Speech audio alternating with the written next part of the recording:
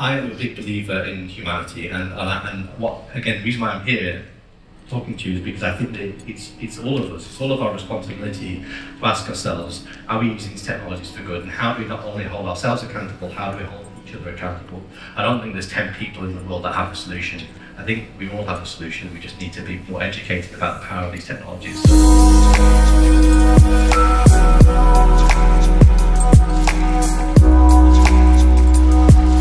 We're going to talk about three things. We're going to talk about AI, it's a popular topic right now. We'll talk about innovation, how we can bring people and technology together to do amazing things. And we'll talk about the impact that these technologies are going to have on society. We've got a lot of content. I'll go very, very quickly, leave plenty of time for questions. I wear two hats, an academic hat for the past 25 years. I've been researching AI, my undergraduate, master's, PhD, postdoctoral in AI. I ran a master's program in UCL, which was one of the world's leading universities in AI, and now I'm entrepreneur in residence for UCL, so I help them take deep technology and spin it out. I wear a corporate hat. I'm the CEO of a company called Satalia. We've been building AI solutions for companies for the past 15 years. We were acquired by the WPP 18 months ago, where I take on the Chief AI Officer role, and I get to invest in companies now building AI solutions. So let's talk about intelligence. So when I build systems for organizations, they usually have these different components, and I'm going to make this very interactive. I know it's early, but my goal is to wake you up so that you're ready for the rest of the day. And the first question I want to ask you all, it's smoky in here, isn't it? The first question I want to ask you all is, what is data? Does anybody know the definition of data? Not information. It comes from the Latin word datum, which means given things. It's stuff. It's the fabric of our universe, bits and bytes, ones and zeros. It's the sound that's going into your ears. It's the light that's going into your eyes. If I say to you 210280, it's data. If I say the date of birth or how much money I have in my account, it becomes information. Information is data in context. Let's get you warmed up. If I said to you, my laptop is sick, what does that mean?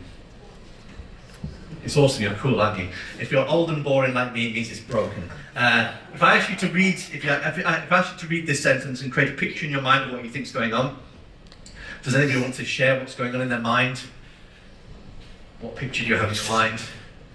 Maybe a guy reading a letter out loud to a lady called Mary. So this data could be interpreted in many ways. John could be reading a letter that was addressed to Mary or sent to Mary. John could be reading the alphabet A, B, C, D to Mary. John could be reading the letter of the law to Mary. John could be reading a book called The Letter to a lady called Mary. John could be reading a book called The Letter to Mary. It could be an instruction, John, read the letter to Mary. This can be interpreted in many, many different ways. We will all go away with a picture in our mind of what we think is correct, and we're probably wrong. And my goal today is to convince you all that humans are rubbish. That's my goal today. Anyway, if I gave you a spreadsheet, in the spreadsheet it has three columns. There's a column which is a date, column which is a temperature on that date, and a column which is the number of ice creams I sold on that day. So date, temperature, ice cream sales. What would you do with that information? What would you do with that spreadsheet? Not a trick question. Huh?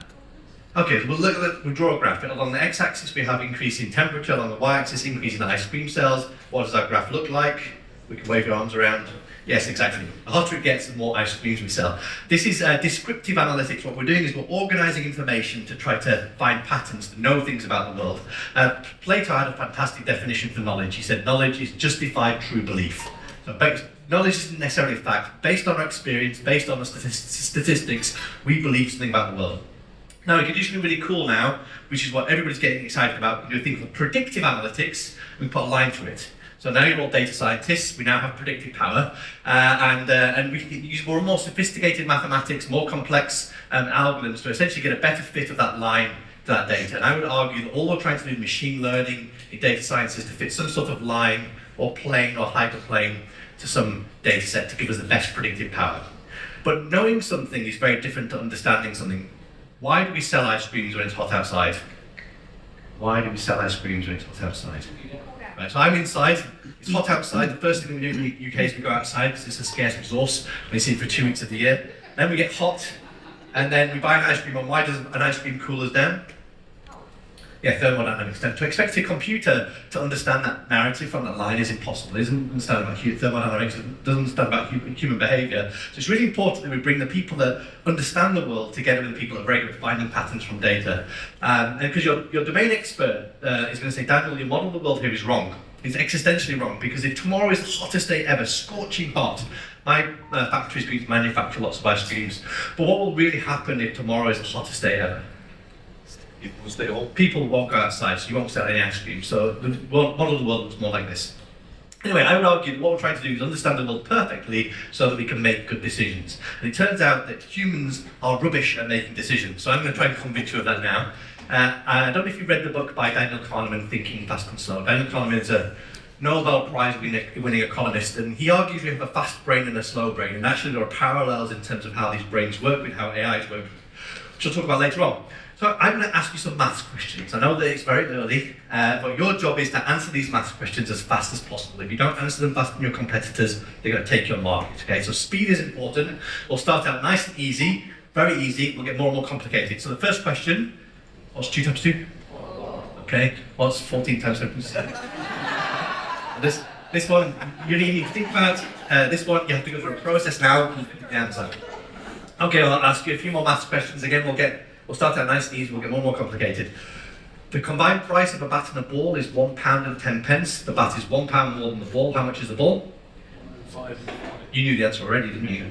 If you thought 10 pence, don't worry, you're not broken. It's not 10 pence. The bat is £1 and 5 pence. The ball is 5 pence. The combined price is £1 and 10 pence. I'll give you thousands of these examples, including you, and you'll get it wrong because you're using your fast brain. Okay, ignore this here. Imagine I've got 5 staff members that I need to allocate to 5 jobs. 5 staff members, 5 jobs. How many ways can I allocate 5 people to 5 jobs? How many ways can I allocate 5 people to 5 jobs? Remember exclamation mark, factorial, we learned at school, 5 times 4 times 3 times 2 times 1. There's 120 possible ways I can allocate 5 people to 5 jobs. Let's make the problem a bit more complicated. I've got 15 people. How many ways can I allocate 15 people to 15 jobs? And don't say 15 factorial. Yeah? Get that a lot. What does your fast brain say? How many ways can I allocate 15 people to 15 jobs? Okay, so over 1 trillion possible ways. To expect a human to solve that problem, we are wasting our time. One rule to take away with you today: anything more than 7, don't use a human for. Okay? And actually, industry don't have problems of this size, they've got problems of this size. So here are 500 staff members. How many ways can I allocate them? Big number. It's a number that's got over 1,000 digits. And just to put this number into context, this is how many atoms there are in the universe. Once you reach about 60 things you have to consider, you have more possible combinations than you have atoms in the universe. Humans can solve problems up to 7. You can hire a good computer scientist that can solve problems up to 30 or 40. To solve problems of this size, you need to have deep, deep expertise in algorithms. Just to drum this problem home, imagine you've got your ice cream van, and your ice cream van has to deliver ice creams around these 24 points around London. Now, humans are quite good at solving these spatial problems. After a few minutes, we'll draw a nice path around these points. How long will it take a computer to get the shortest path, the one that's going to save us the most amount of petrol, time? Seconds. Somewhere between that and 20 billion years. If you put 24 times 23 times 22 into your calculator, you get this number. If you had a computer that could look at 1 million routes a second, check 1 million routes a second, it would take 20 billion years to go through every single possible one and say, this one that I looked at 10 billion years ago, this one, you should do this one. And if I had another point to the map, it's now 25 times 20 billion years, so 5,000 billion years. If I had another point to the map, it's 26 times 5,000 billion years. These are exponential problems. They get ugly very quickly. One of my clients is Tesco. They're delivering to 200,000 points on a map a day. 200,000 factorial.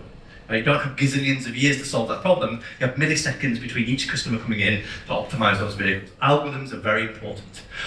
When I build systems for companies, they usually have these 3 parts. Everybody's getting excited about building data lakes. I would argue that's a silly thing to do. Happy to take that offline. Anyway, once you've got your data lake, then companies are hiring data scientists, my students, machine learning experts to extract insights from that data. They hope that by extracting better insights, human beings are able to make better decisions. And for the most part, they don't.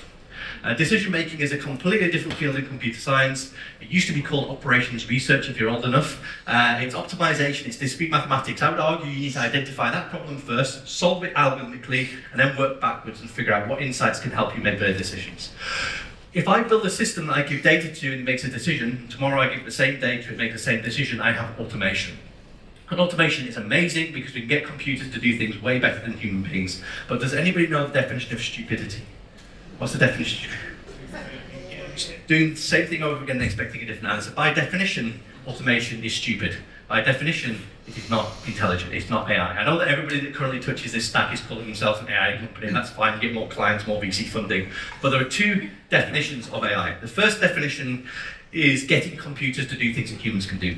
So over the past 10 years, we've managed to get machines to do things that traditionally only human beings can do. Recognize objects and images, corresponding natural language, and because humans are the most intelligent thing we know in the universe, when we get machines to do things that humans can do, we assume that that's intelligence. I would argue that humans are not intelligent. That's a different talk. There's actually a much better definition of intelligence. So instead of using human beings as the definition, there's this, which is a beautiful definition: goal-directed adaptive behavior. Goal-directed in the sense we're trying to route our vehicles to maximize deliveries, or allocate our staff to maximize learning development, or allocate our marketing funds to maximize reach, whatever. You have to have a goal, and it's usually a complex goal you're trying to achieve. Behavior is how quickly you can answer that question. Now, we've just discovered if you use the wrong algorithm, it will take longer than the age of the universe. If you use the right algorithm, it will take seconds or milliseconds. The key word, though, in this definition is adaptive. What you want to do is build systems that can make decisions, learn about whether those decisions are good or bad, adapt themselves so that next time they make better decisions. If I'm being totally honest, you don't see adaptive systems in production. So I would actually argue that nobody's really doing AI to what is the true definition of intelligence. That's not to say that organizations aren't architecting themselves towards this, but they are. But building adaptive systems that are safe in production is extremely hard. It's 100 times harder than building automation, and I think there's less than a handful of companies in the world know how to do it. A little bit of a history lesson. So this is AI in the 60s and 70s. This is Socrates before he kills himself. Socrates is famous for inspiring the Socratic methods. So if I say to you Socrates is a man, and all men are mortal, I can infer that Socrates is mortal. And AI was writing down lots of these rules and then trying to infer new knowledge from those rules. They didn't really work, they didn't really scale. In the 80s and 90s, a new type of AI came along that's modeled on how biology learns. This is the brain of a bumblebee. My PhD 20 years ago was trying to think the brain of a bumblebee. Bumblebees have 1 million brain cells. Their brains can fit on the end of a needle. Bumblebees can do amazing things. They navigate 3D worlds, they talk to each other, they solve problems, they don't handle windows very well, but ultimately they're very smart creatures. And the question was, can you model a bumblebee brain in a machine? And 20 years ago you couldn't. About 13 years ago there was a new extension in this technology now called deep learning or large language models that now allow us to build billions of neurons. And we can teach these brains to do things that humans can do. This is what people are currently calling AI. I would argue these brains are very good at knowing things about the world. You want to use these brains to know things, you want to use these technologies to then make decisions, and then you want to build systems that can safely adapt themselves in production. That for me is a true paradigm of AI. Actually, I find these definitions now wholly unuseful. I've built an entire career, companies on the definitions of AI, and they're not useful because everything that we do in industries, we build very specific solutions to solve very specific problems. More recently, I've been looking at AI through a different lens, through its applications. Over the past few decades, new algorithms, compute, data has now allowed us to do very interesting things. And I think there are 6 categories, 6 applications of AI. The first application is task automation. Now, task automation gets a bad reputation in the AI community. It's using very simple algorithms, macros, if-then-else statements to essentially free people up from doing mundane tasks, repetitive tasks, and freeing them up to do more interesting things. Whilst these technologies are simple, the fact is that they can drive a massive amount of value in the business. Okay, so we should acknowledge them. The second category is content generation. So this is ChatGPT and DALL-E, and everybody now will be able to generate content. It could become a commodity. The one idea I want you to take away with you today is a concept called brand brains. So I'm in WPP, they produce a quarter of the world's content for brands. What you need to do is you need to build a brain, train a brain on your brand based on all the assets, tone of voice, style guides, all that kind of stuff, and glue that brain on top of these different models so that when a creative or whoever is asking a question of the language model, the brand brain contextualizes it, and if I say, for example, create me an image of a cat holding a soft drink in space, if I'm talking about the Coca-Cola account, it knows that it needs to have Coca-Cola and all that kind of stuff. So brand brains are going to be very important. They're going to allow companies to create very specific contextualized content. The third, I used to say a year ago, this was about taking human beings that are the interface and replacing it by things that look and behave exactly like a human being. So this would be like call centers, even salespeople. But now I want to talk about a concept called audience brains. So I can create content, but what I want to do is I want to show that content to my target audience and understand how they perceive that content. It used to be, 2 years ago, that all we could do is spot that that's a cat and that's a soda and that's space. But you, when you look at a piece of content, you create a complex narrative in your mind that's nostalgic and exciting. And what we need to do is correlate that narrative that you create in your mind with clicks and sales. And now AI can do that, so we can build audience brains that essentially represent the same narrative that you create in your mind. So what's exciting about this is you can also build responsible brains. So I can build a brain that is trained on a newspaper, or a political party, or a legal system, or a minority group, or a culture, and I can show that content to those council of responsibility brains, and they can tell me whether I'm infringing any laws or any cultural norms, and they can essentially guide me to make sure that I'm creating content that's awesome. The fourth category is, I guess, what everybody's been excited about in the past 10 years, which is using machine learning to extract insights from data. You already know by now that by giving human beings more insights, it doesn't necessarily lead to better decisions. However, these technologies are amazing because they can help us not only extract insights from data, they can explain how those insights exist, and they can help us understand the world in new and exciting ways. The fifth category, we've already talked about decision making, using complex algorithms to solve these massive problems. And I would argue that you get the biggest real win of applying these types of technologies to your business right now. The final category, human representation. Again, a year ago I'd be talking about exoskeletons, I'd be talking about cybernetics, I'd be talking about building your digital twin in the metaverse that represents you. Just to give you an insight in how we use this concept, we build digital representations of employees. So I would take all of your data and I would build a brain that represents you, and I would then ask that brain, if I put you on this team, will you work well? If I put you on this project, will you develop your career? So you can actually build a representation now of your employees or anybody and have that help make better decisions. Those are the 6 categories. The reason why I like these 6 categories is because each one of them raise different safety questions, ethical questions, philosophical questions. The questions that you need to ask yourself when doing task automation is very different when building a digital representation of your employees. Okay, so if I build a digital representation of your employees, I can understand if they have secret lovers in the company, if they're going to leave the company, or they know they're going to leave the company. So different questions need to be asked. I'm going to talk about innovation just very quickly. So this is a hierarchy, and most organizations have hierarchies that breed interesting relationships. This is not a picture of my company, although most people do sell drugs through to that's quite common in my company.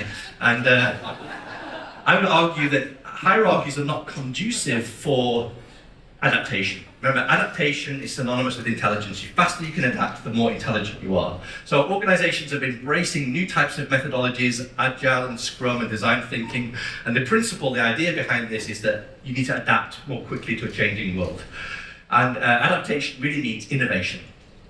I would argue actually this technology stack that I've just described to you will become a commodity over the next few years. We already have access to tons of free compute, lots of data, all of the tools you need to build brains, it's all free. Somebody will commoditize decision making, somebody will commoditize self-learning. But you know this, the battleground for companies is not technology, the battleground is talent.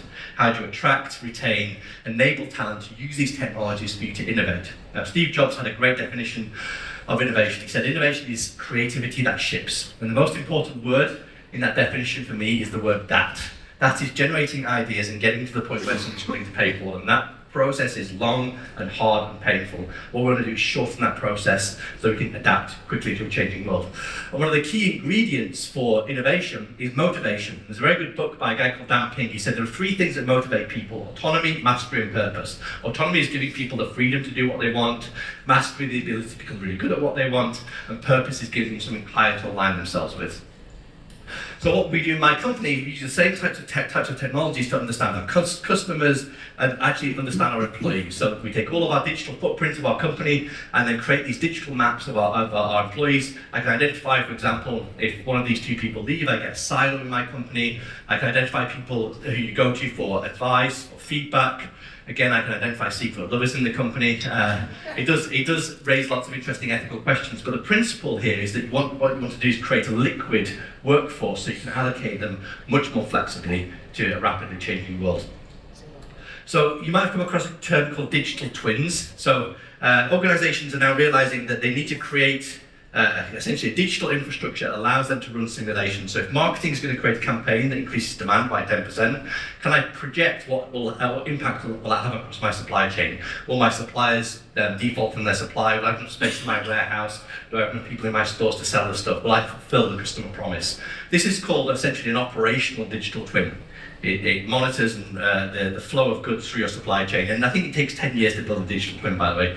There's also another digital twin, which is your workforce, so understanding what skills, what resources you can layer on top of that operational twin. And finally, processes. And you all have processes like expenses and onboarding, hiring and firing.